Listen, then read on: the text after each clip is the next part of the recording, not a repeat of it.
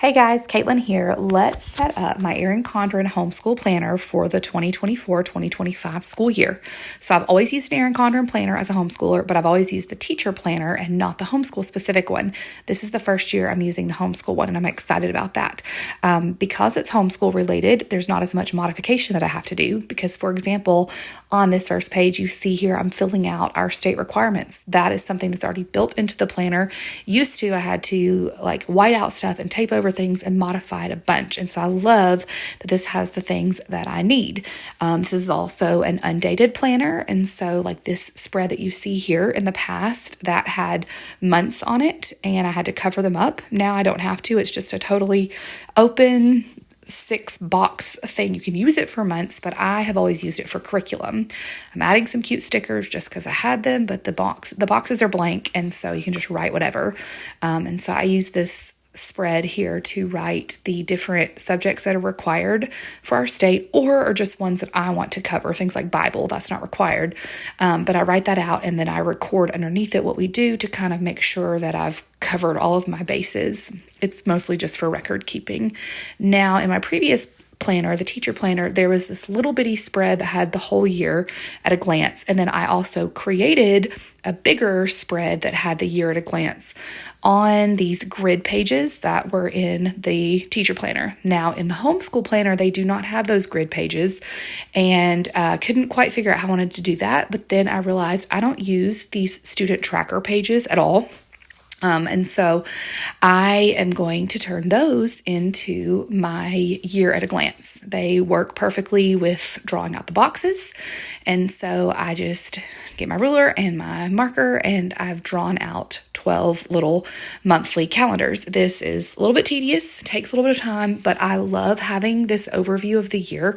It makes it really easy for me to keep up with kind of where we are in the year, see the year at a glance, count how many, days or weeks we have until we're at our quarter mark and our halfway mark and that kind of stuff. And so I really love having this overview calendar. And so it's worth the extra time for me. And it kind of used up these extra pages in the back that I didn't need. This planner does come with a clear page protector built in the back. And I considered putting these in the page protector, but then I realized, hey, I have these extra pages here. I'll just draw them on this. And so that is what I have done. And so you can see here, I'm just labeling the months, and in a minute, I'll label the dates and get that all sorted out. And what I use this for, I've shown this in other videos, but mostly this is just kind of my year at a glance, and it keeps me on track. I use it more as a pacing guide. As we get closer to the school year, I'll go through our curriculum and I'll write down how many lessons I want to be at the quarter mark, the halfway mark, and I don't hold super fast to that. It's not a hard and fast rule, but it's something that I like to do to just kind of make sure we're keeping on pace on where I would like to be if possible, and it's been really helpful for me. So you can see previous videos about how I've done that in the past, but this is kind of almost the most important part of the planner for me. Yes, I use the actual planning pages to record what we've done, but this is kind of how I plan the year. So now I've moved into the monthly spread. So this is an undated calendar, which is great for homeschoolers because you can start at whatever time of the year. However, that means I have to now go through to the big monthly spreads and put the date and put the month and put all the dates in. And so again, this requires a little more setup than if you use the teacher planner that already is dated and has this built in.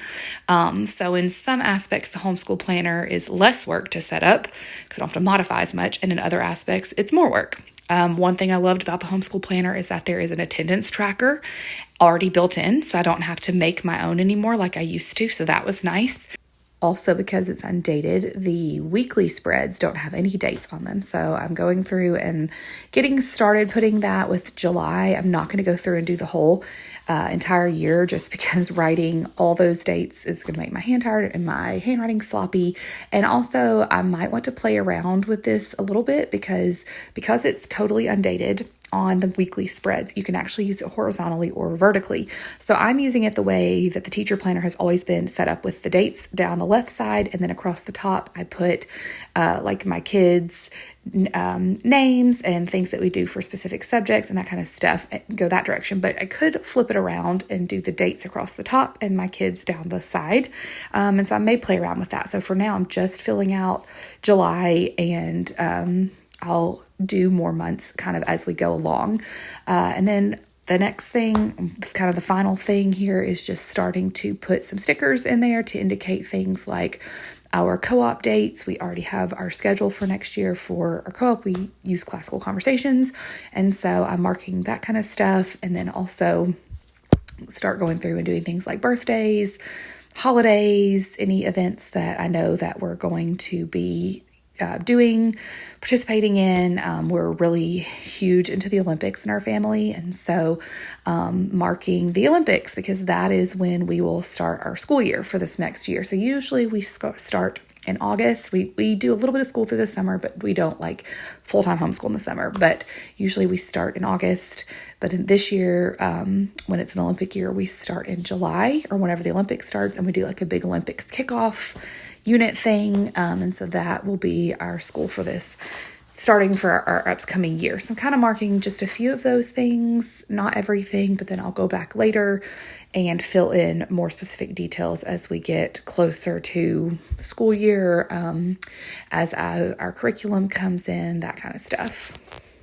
And now, other than going back and filling in some personal information that I didn't want to put out publicly on camera, filling that stuff in, otherwise it is set up and ready to go for this next school year. And so I can just set it aside until we crank up for this upcoming year. So thanks for watching.